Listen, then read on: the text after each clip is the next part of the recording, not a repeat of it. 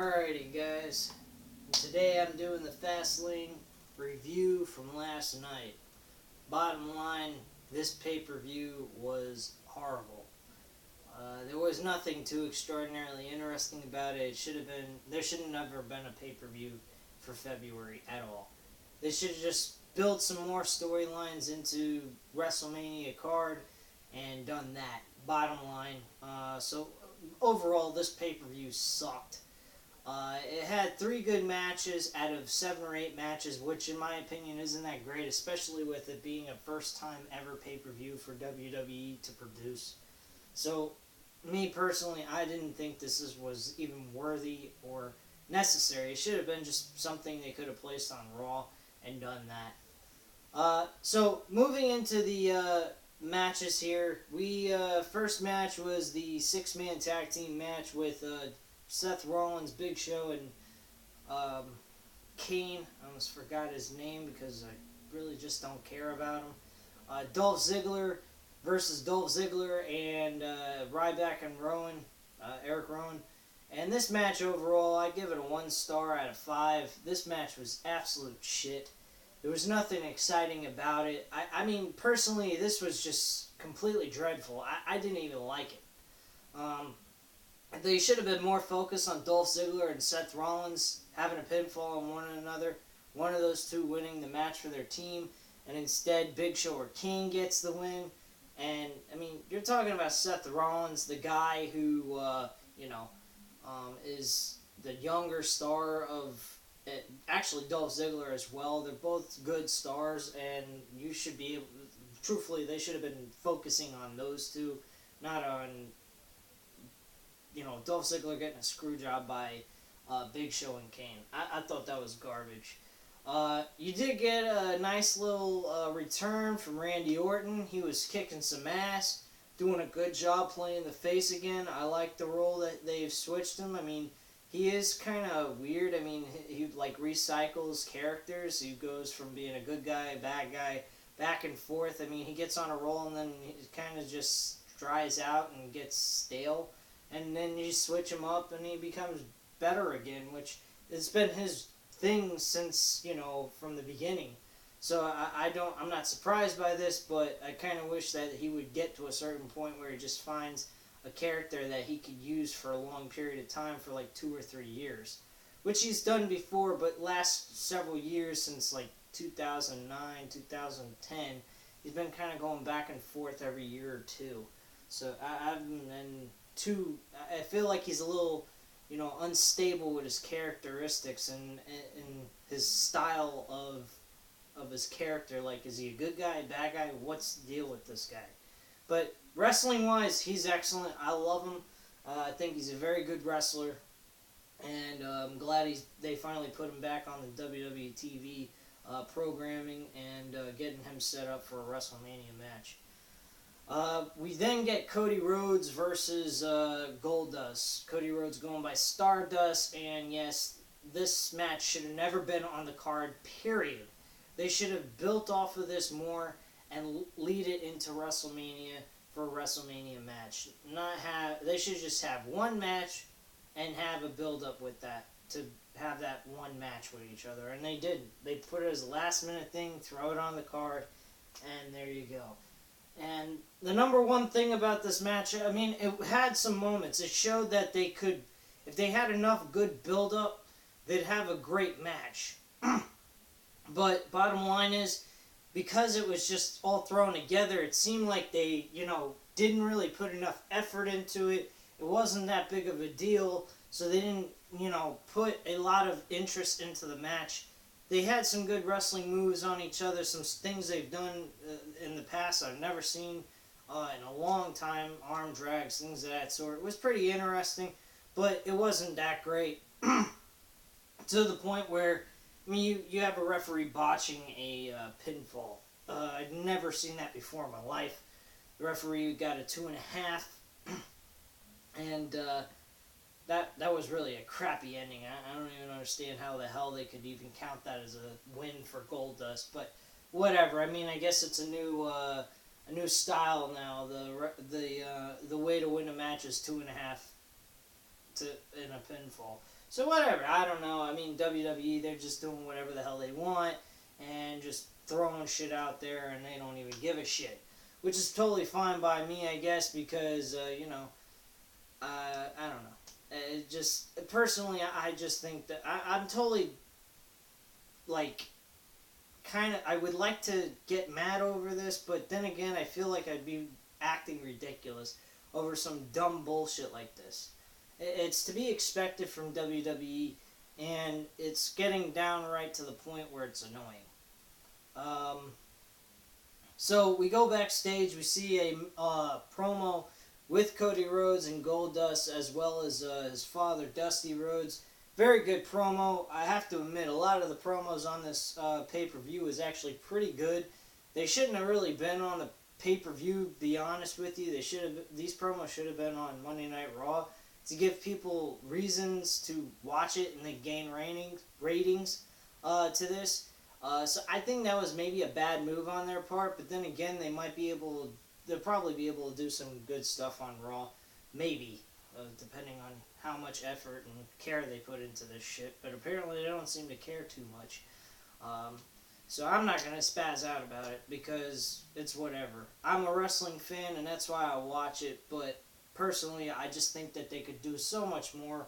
They have so much good talent, and yet they just throw it in the toilet by not putting effort and care into their show. So we get a good promo. Goldust gets his ass kicked by Cody Rhodes, and I have to say it was pretty good. It brought out a lot of character. I really wish to get the Stardust gimmick off of him and take that same passion he has as Stardust with his promos and throw that on him as Cody Rhodes. So moving on into this, we go ahead and we get a match, finally a good one. The tag team title match between the Usos versus Cesaro and Tyson Kidd. And man, oh man, was it a good match. I don't know what these people were smoking, what they were doing. The audience was they weren't even interested in this match. And I don't understand why, because this match was by far one of the best mid-card matches at a whole pay-per-view. This match stole the show mid-card wise. And these two guys put on a hell of a show.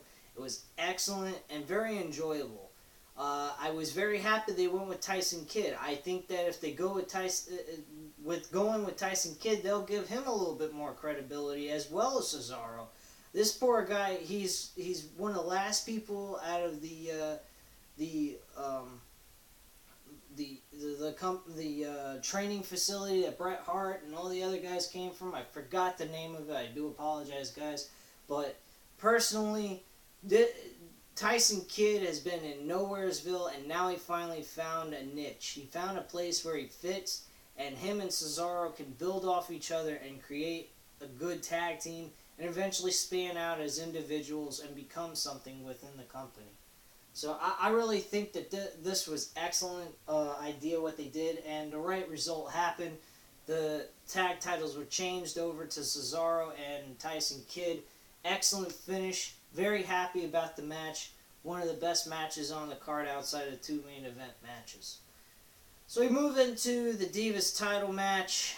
Didn't give a rat's ass about this. This match was garbage from beginning to end. The finish was crap. I didn't even understand the finish. I mean, she bumped her head against the turnbuckle. She rolled her up. I mean, they said that she grabbed her tights. It looked more like she was just trying to grab hold of her body so she could hold her in a pin. But, you know, who really gives a crap? She could have kicked out. I mean, that finish was so weak, it was pathetic. I really didn't like the finish whatsoever. So that match was garbage. Nikki Bella retained her championship in that match. We get a promo from Bray Wyatt. Awesome promo. Couldn't ask anything better in this promo.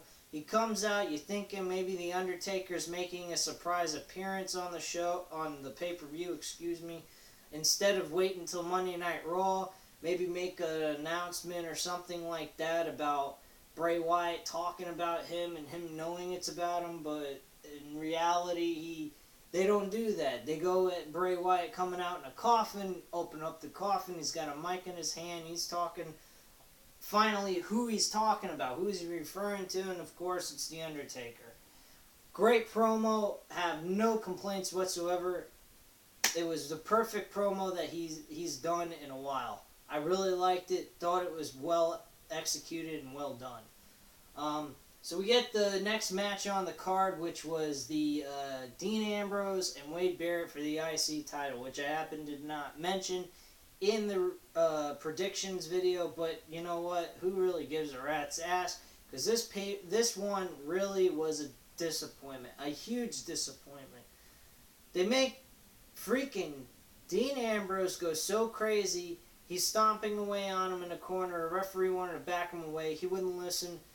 The ref counted at 5 and DQ'd him because he was not listening to the referee. Okay, so he gets DQ'd. Why? No reason, no rhyme or reason. Why would anyone go ahead? They're trying to capture the Intercontinental title. Their mission and their goal is to become the IC champion. Why would you get yourself disqualified and not listen to the referee and break away? I mean, and granted, I've also heard some reviews in the last day or so since this pay-per-view has occurred.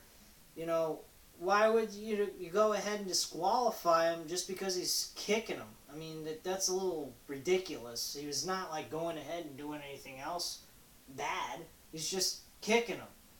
So I agree in certain points on that, but at the same time, the referee's trying to get him. He ain't listening, so the referee's going to disqualify him. Why would he go ahead and get himself disqualified and not listen to the referee anyway?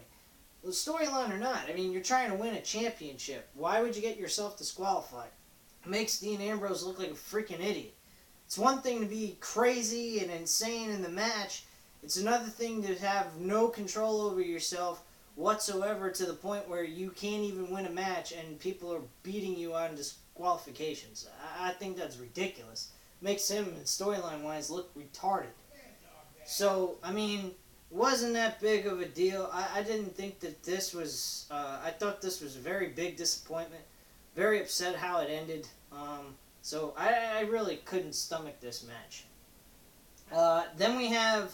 the next match is, I believe, the United States Championship, or was there another match thrown in there? I have no idea. There's so many freaking dumb matches they threw in together. It was ridiculous. But anyway, they get the United States title going. I'm just going to talk about that now at this point. Very good match. Very good match to the point where this made Rusev look badass. I mean, yes, he did cheat, granted. And, I mean, regardless him cheating, the referee did not see it, number one. Number two, I mean, John Cena could have gotten at this anyway. I mean, you could have made him still get out of it. All it was a low blow. It wasn't like he kicked him and made him unconscious. So, truthfully, it should have been, you know, John Cena woke back up or something and got out of that, the submission hold, but he didn't. They made him pass out. They never made him tap. He never, you know, check if he was still there after 3 attempts of lifting up his arm. I mean, they didn't do anything like that, so they still kept John Cena's, you know, credibility intact at the same time, still helping Rusev still look good in that match. So, personally, I think it was a good setup, very good match, and again, what is wrong with these fuckers at Memphis, Tennessee? What were they doing in that audience? That match was decent. It was a good show of a match, and they just went ahead and they completely disregarded it. And if they were bored so much, why didn't they voice their opinion and scream, "This is boring," or something, you know? Express your frustration. Express your disapproval about the show. I mean, if you're just going to sit there, then you're an idiot. I wouldn't sit there and pay all that money and not say something if I was in the audience. I'd be screaming at the top of my lungs, expressing my opinion about this show. And they didn't. They just sat there and was quiet as mouse. So, like Cigar Store Indians. So, I think it's their loss. They got the screw job, and WWE didn't. They got, you know, they got their money, and that was the end of that. So, So that match, really, personally, that match, I would give that match a 3 out of 5 stars. It was a good match, and I happen to forget to give the stars for those other matches, but I'll be honest with you, all of the other ones outside of the tag team match was a 1. The tag team title match was a 4 out of 5. I'd say that was that good. And the main event, hey, you know what? The man that I wanted to win didn't win, but it was a hell of a match. Daniel Bryan, Roman Reigns, great match. Daniel Bryan did his job making Roman Reigns look good. And Roman Reigns, he actually used some different moves in that match besides the same old, same old. He really, to me, it looked like he was trying harder to look good. It wasn't like he was just being hand-given a freaking championship or a main event match at WrestleMania. This looked like he earned it. It made it look like he wanted to actually be involved. He had, the passion in this match. He put in effort, and he showed that he cared about it. So overall, this match, in my opinion, was definitely a main event pay-per-view quality match. But the rest of the matches, outside of 2 others, weren't pay-per-view quality. They were just garbage. This main event match, I'd give it a 4 out of 5 stars. Very good match. Had good moments, and Daniel Bryan busted his ass, and so did Roman Reigns. I thought Roman Reigns looked like he re-injured that hernia, but I would assume that if that was the case, they would have already announced he can't even do this match. So I don't think there's anything serious, but he looked like he was hurting pretty bad. But definitely a good match by both parties. They were very good in that match. And really hope again sometime down the line this year they face each other again, because that was a hell of a match between those 2 guys. I can't deny that. Roman Reigns, granted, again, I still think he needs a lot of work, but he's going in the right direction at this point. Anyway, overall, the show, I'd have to give it a 4.5 out of 10, because this was just horrible. It was absolutely horrible. It was not worthy of a pay-per-view. They should have just not had a pay-per-view at all in February. Skip February and just have a pay-per-view event for WrestleMania, and that's it. But that's the end of my review. Hope you enjoyed listening to what my opinions and thoughts were about this event. Thank you for watching. Click that subscribe button and have a great day, man. Bye.